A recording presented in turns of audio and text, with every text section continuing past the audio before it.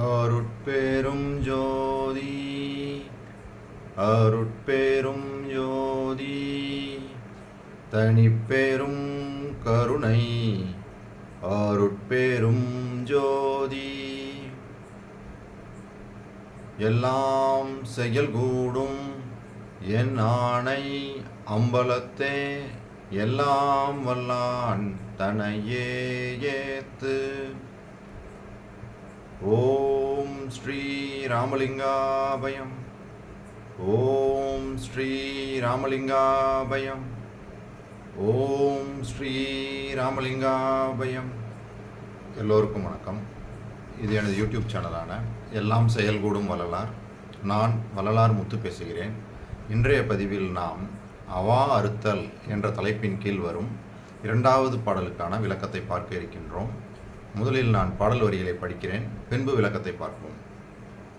சோற்றிலே விருப்பம் சூழ்ந்திடில் ஒருவன் துண்ணு நல் தவம் எல்லாம் சுருங்கி ஆற்றிலே கரைத்த புலி எனப்போம் என்று அறிஞர்கள் உரைத்திடல் சிறிதும் போற்றிலேன். உன்னை போற்றிலேன் சுவையில் பொருந்திய காரசாரஞ்சேர் சாற்றிலே கலந்த சோற்றிலே ஆசை தங்கினேன் என் செய்வேன் எந்தாய். இதுதான் இந்த இரண்டாவது பாடல். இதுக்கு விளக்கம்: எந்தை பெருமானே, ஒருவனுக்கு உண்ணும் உணவிலே மிக ஆசை உண்டாயின் அவன் மேற்கொள்ளும் எல்லா தவங்கள் யாவும் நீர் பெருகி ஓடும் ஆற்றில் கரைத்த புலியைப் போல் நில்லாது கெட்டு ஒளியம் என்று அறிஞர்கள் உரைத்த அறிவுரையை சிறிதும் கருத்தில் கொள்ளாதவனாகவும் பெருமானாகிய உன்னையும் வழிபடாமல் காரமும் சாரமும் உடைய சோற்றில் ஆசை கொண்டவனாகவும் உள்ள நான் உய்வதற்கு இனி நான் என்ன செய்வேன் அப்படின்ற மாதிரி தான் இந்த பாடலை இயற்றியிருக்காங்க. அப்போ இந்த பாடலிருந்து என்ன தெரியுது? நாம் உணவின் மேல் இச்சை வைத்திருக்கக்கூடாது. உணவில் இச்சை போச்சு அப்படின்னா நாம் செய்து வரக்கூடிய தவம் எல்லாம் சுருங்கி, அதாவது தவம்னா நாம் இந்த மரணமில்லா பெருவாழ்வை அடைவதற்காக பலவிதமான முயற்சிகள் செஞ்சு அந்த சுத்த உஷ்ணமெல்லாம் பெருக்கிட்டு வரோம். அப்போ அந்த உடம்பு அழியக்கூடாது, அதே சமயம் இந்த உயிரும் நம்ம விட்டு போகக்கூடாது. அப்போ மரணமில்லா பெருவாழ்வு அப்படின்றது அதை நோக்கிய பயணமாக இருக்கும்போது இந்த சோற்றில் அதாவது இந்த உணவின் மேல் இச்சை போச்சு அப்படின்னா அதையெல்லாம் எப்படி சொல்கிறாங்க? சோற்றிலே விருப்பம் சூழ்ந்திடில் ஒருவன் துண்ணு நல் தவம் எல்லாம் சுருங்கி ஆற்றிலே கரைத்த புலி என போகும். அதாவது ஆற்றில் புளியை கரைச்சா எப்படி ஒன்றும் இல்லாமல் போயிடுமோ, அது மாதிரி நாம் இந்த தவ வாழ்க்கையை மேற்கொண்டு அந்த மரணமில்லா பெருவாழ்வை பெற வேண்டும் என்ற அந்த முயற்சியில் நம்ம அந்த தவ வாழ்க்கையை மேற்கொள்கிறோம்.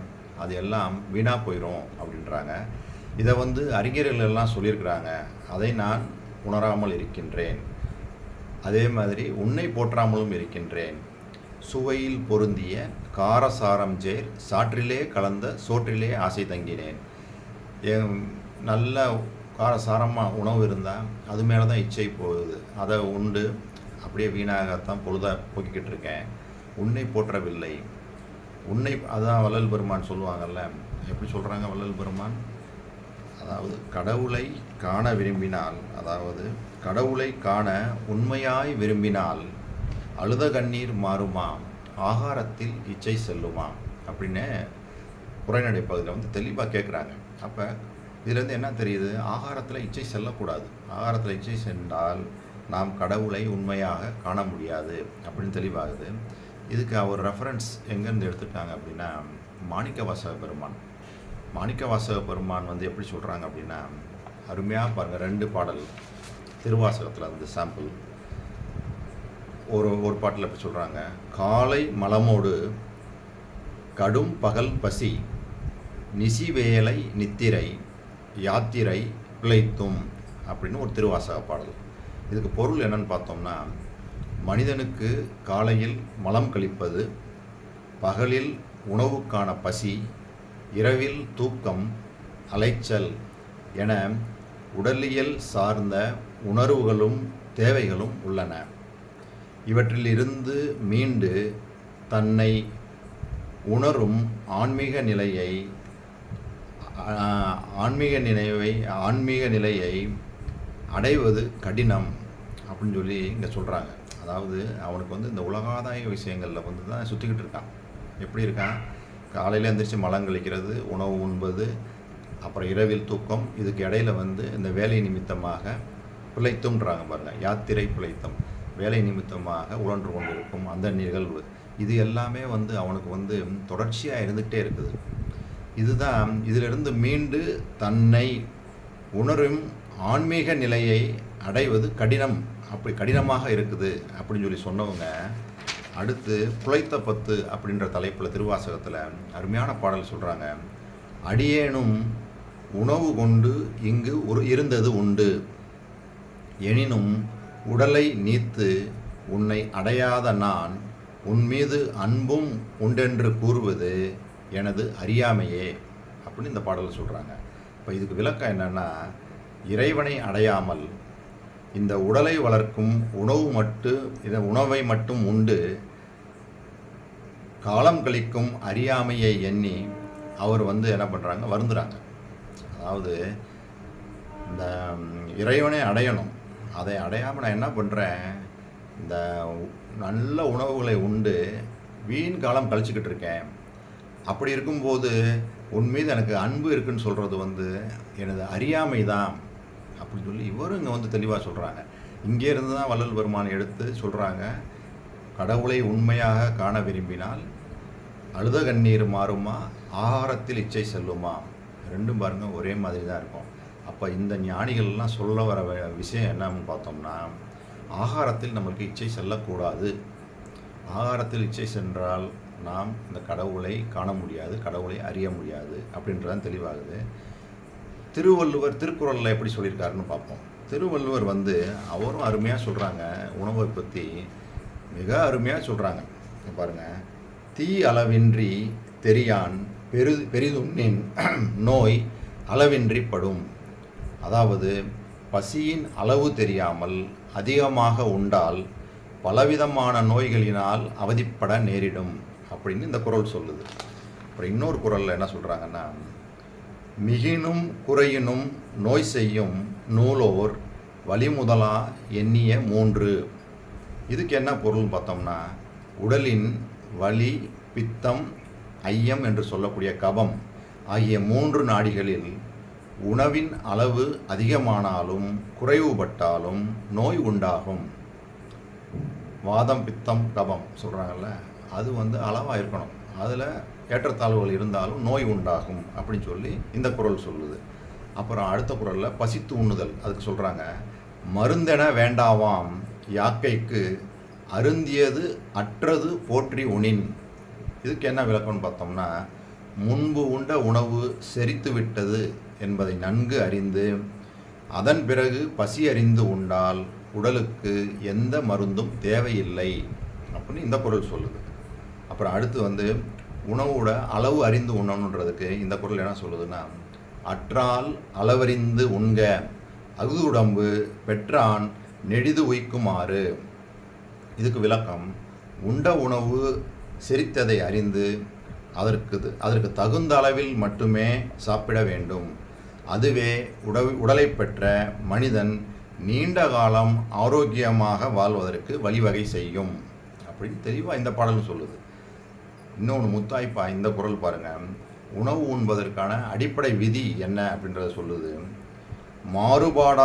மாறுபாடு இல்லாத உண்டி மறுத்து உண்ணின் ஊறுபாடு இல்லை உயிர்க்கு அப்படின்னு இந்த குறள் சொல்லுது.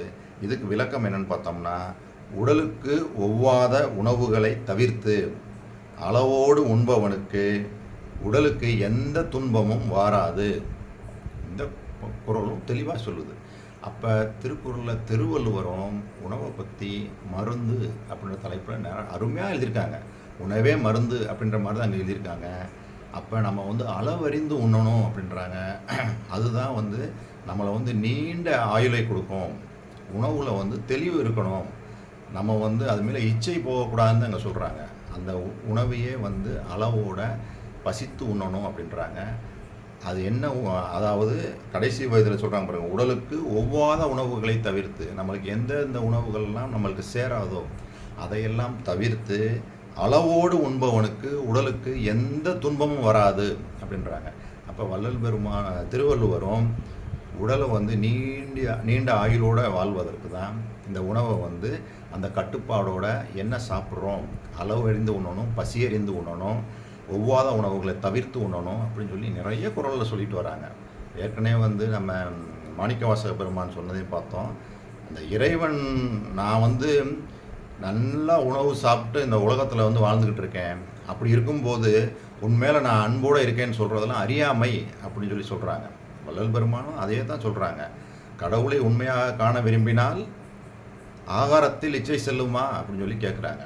அப்போ நம்மளுக்கு நம்மளுக்கான இன்றைய உலகியல் வாழ்க்கையில் நம்ம எப்படி இருக்கிறோம் அப்படின்னோம்னா, நம்மளுக்கு வந்து இந்த உணவின் மேலே வந்து இச்சை செல்லக்கூடாது. அப்படின்னா செல்லாமல் இருக்கணும் அப்படின்னா நாம் இன்னும் நம்மளுடைய இந்த பயணத்தை வந்து நாம் இந்த சன்மார்க்கத்தில் இருக்க இந்த நம்மளுடைய பயணத்தில் நம்மளுடைய முயற்சிகளை இன்னும் தீவிரப்படுத்தணும்னா நம்ம இன்னமும் அதிகமாக கடவுளிடம் வந்து அன்பு செலுத்தணும். அதே சமயத்தில் ஜீவகாருண்யத்திலையும் இன்னமும் நம்மளை ஐக்கியப்படுத்திக்கிறணும். இது வந்து இயல்பாகவே குறையணும். நம்ம முயற்சிகளையும் தாண்டி இதில் வந்து நம்ம எந்த அளவுக்கு கடவுள் மேலே ஈடுபாடு கொண்டு இதில் பயணிக்கிறோமோ அப்போ இதில் குறைய ஆரம்பிச்சிடும். ஏன்னா உண்மையெல்லாம் நம்மளுக்கு தெரிய ஆரம்பிக்கும் போது ஏன் இவ்வளோ ஸ்ட்ரெஸ் பண்ணி சொல்கிறாங்கன்னா, உணவு தான் எல்லா வியாதிகளுக்கும் காரணமாக இருக்குது. நல்லா உங்களுக்கு தெரியும். நாம் ருசிக்காக நன்கு ஆயில் அதிகமாக, அதாவது எண்ணெய் பதார்த்தங்களையும் அதையும் சாப்பிட்டு வந்தோம்னா நம்மளுக்கே தெரியும், கண்டிப்பாக பிபி, அந்த ஃபேட்டுன்னு சொல்லக்கூடிய அந்த கொழுப்பு இதெல்லாம் வந்து கண்டிப்பாக சேரும். அதே மாதிரி அதிகமான உடல் உழைப்பு இல்லாமல் இந்த இனிப்பான உணவுகளை அதிகமாக இது பண்ணோம்னா சுகர் வருது. அதாவது உடல் உழைப்பு இல்லாமல் இருக்கும்போது சுகர் வந்துடுது. அப்போ உணவில் வந்து ஒரு தெளிவு இல்லாமல் அது மேலே இச்சை கொண்டு இன்றைக்கெல்லாம் ஃபாஸ்ட் ஃபுட்டுன்னு சொல்லி நைட்டு 11 மணி 12 மணிக்கெலாம் வாங்கி சாப்பிட்றாங்க. வேலையை முடிச்சுட்டு வந்துட்டு வரும்போது வாங்கி நான் பார்க்குறேன் நைட்டு 12 மணிக்கெலாம் சில இடங்களில் அந்த பிரியாணிலாம் வாங்கி சாப்பிட்றதா கேள்விப்படுறேன். அதே வந்து ஃபேஷனாகவும் யூடியூப்லேலாம் போடுறாங்க. அப்படிலாம் பார்த்து ஆச்சரியமாக இருக்குது. நைட்டு 12 மணிக்கு பிரியாணி சாப்பிட்டா என்ன நடக்கும், 12 மணிக்கு புரோட்டா அந்த காரசாரத்தோடு சாப்பிட்டா என்ன நடக்கும். இன்றைய உலகியல் முறை இப்படி தான் இருக்குது. இப்படி இருக்கும்போது எப்படி நம்ம வந்து உடம்பு வந்து எப்படி நோய் இல்லாமல் இருக்க முடியும்? கண்டிப்பாக இருக்காது. அவங்களுக்குலாம் மழை ரொம்ப வரவே வராது. எப்படி வரும்? நைட்டு 12 மணிக்கு சாப்பிட்டு அப்படியே படுத்துடுவாங்க. அது கொஞ்ச நேரம் ஃபோன் பார்த்துட்டு அப்படியே படுத்துகிட்டே இருக்க, பெட்டில் படுத்துட்டு அப்படியே படுத்து எந்திரிச்சிட்டு அப்படியே வேலைக்கு போகிறாங்க. அப்போ அந்த சாப்பிட்ட உணவுகள்லாம் எப்போ செரிமானமாகி அது நைட்டு 12 மணிக்கெலாம் அந்த முட்டை பதார்த்தங்கள் முட்டையெல்லாம் போட்டு அதெல்லாம் முட்டையெல்லாம் உள்ளே போச்சுன்னா அது செரிமானம் ஆகுது 3 நாள் உடம்புக்குள்ளே இருக்கும். அவ்வளோ சீக்கிரத்துலாம் செரிமானம் ஆகாது. ரொம்ப ஹெவியாக உடல் உழைப்பு பண்ணுறவங்களுக்கு வேணால் செரிமானம் ஆகலாம். நார்மலாக இருக்கையிலேயே அமர்ந்து வேலை செய்கிறவங்களுக்கெல்லாம் முட்டையெல்லாம் சாப்பிட்டிங்கன்னா அவ்வளோ சீக்கிரத்தில் செரிமானம் ஆகாது. அப்போ வள்ளல் பெருமான் நம்ம அந்த அசைவ உணவுகளே போகவே இல்லை, அசைவ உணவுகளுக்கு தொடவே கூடாது. நம்ம சுத்த சன்மாரிகளுக்கு அதுக்கு சம்மந்தம் கிடையாது. இருந்தாலும் நான் ஏன் சொல்கிறேன் அப்படின்னா, இன்றைய உலகியல் அப்படி இருக்குது. அப்போ நோய்வாய்ப்படுறாங்க அப்படின்னா காரணம் என்ன? இந்த மாதிரிலாம் உணவுகள் சாப்பிட்டா நோய் வராமல் என்ன செய்யும்? நோய் கண்டிப்பாக வரும். அப்போ நாம் தவிர்க்க வேண்டிய, இப்போ சாத்வீகமான உணவை சாப்பிட்றோம். அது வள்ளல் பெருமான் எப்படி சாப்பிட்ற டைம்லாம் சொல்லிட்டாங்க பாருங்கள். காலை உணவு இல்லை, அந்த பாலில் வந்து அந்த முக்கூட்டு சூரணம் இல்லைன்னா ஏதாவது ஒரு சூரணத்தை போட்டு நாட்டு சர்க்கரையை போட்டு சாப்பிட சொல்கிறாங்க. மதியம் வந்து 12 மணிக்கெலாம் சாப்பிட சொல்கிறாங்க. நல்லா சுட சுட சாப்பாடு, அளவுக்கு அதிகமாகவும் சாப்பிடக்கூடாது, கம்மியாகவும் சாப்பிடக்கூடாது. அந்த லிமிட்டுக்கு கொஞ்சம் ஒரு படி கம்மியாக இருந்தாலே பெட்டர் அப்படின்றாங்க. சாப்பிட சொல்கிறாங்க. சாயந்தரம் 6 மணி 7 மணிக்குள்ளேயே சாப்பிட சொல்லிடுறாங்க. மதியம் சாப்பிட்டதில் பாதி சாப்பிடுங்க அப்படின்றாங்க.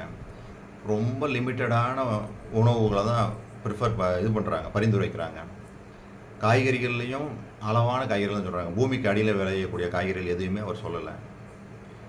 பூமிக்கு மேலே கூடி வளரக்கூடிய அந்த இதை தான் அதிகமாக சொல்கிறாங்க. எல்லாமே ரொம்ப கடைபிடிக்க நம்ம நாட்டில் கிடைக்கக்கூடிய மிகவும் மலிவான விலையில் கிடைக்கக்கூடிய பொருட்களை தான் சொல்கிறாங்க. இதில் ஏன் இவ்வளவு சொல்கிறாங்கன்னா, உணவு மேலே நம்ம இச்சை போகக்கூடாதுன்னு சொல்கிறதுக்கு காரணம், அதில் நாட்டம் போச்சுன்னா அந்த உணவுலேருந்து என்ன வரும் அப்படின்னா உறக்கமும் சோம்பலும் வரும். அப்போ அந்த உறக்கமும் சோம்பலும் வந்துச்சுன்னா காமம் உண்டாகும். அப்போ காமம் இதுலையெல்லாம் போனோம்னா இப்போ இதில் போயிடுவோம். இப்போ உலகாதாய விஷயங்களில் தான் போய் சொத்து அந்த உந்துதல் வர ஆரம்பிச்சிடும். இறைவன் மேலே நாட்டம் வராது. அதனால தான் வள்ளல் பெருமான் வந்து உணவு மேலே இச்சை போகக்கூடாதுன்னு சொல்கிறதுக்கு காரணம் இதுதான். அப்போ 2 விஷயம், அதிகமாக நாம் கடவுள் மேலே அன்பு வச்சு அதில் பயணிக்கும் போதும் ஆட்டோமேட்டிக்காக உணவின் மேலே இச்சை குறைஞ்சிரும். நம்மளாவே முயற்சி பண்ணியும் உணவு முறையில் குறைச்சிட்டாலும் போகும். அப்படியும் பண்ணலாம், 2 பக்கமும் செய்யலாம். ஆனால் சிறப்பான வழி வந்து கடவுளுடைய ஐக்கியப்படுத்திட்டு கடவுளுடைய சிந்தனைகளிலேயே நம்ம இருந்து பயணிச்சுட்டு வரும்போது அதுக்குண்டான முயற்சிகளில் போயிட்டே இருக்கும்போது ஆகாரத்தில் இச்சை குறையணும் என்ற இந்த சிந்தனையோடு நான் இந்த வீடியோவை நிறைவு செய்கின்றேன். இதுவரை பொறுமை காத்து எனது வீடியோவை பார்த்த உங்களுக்கு கோடான கோடி நமஸ்காரங்களும் நன்றிகளும்.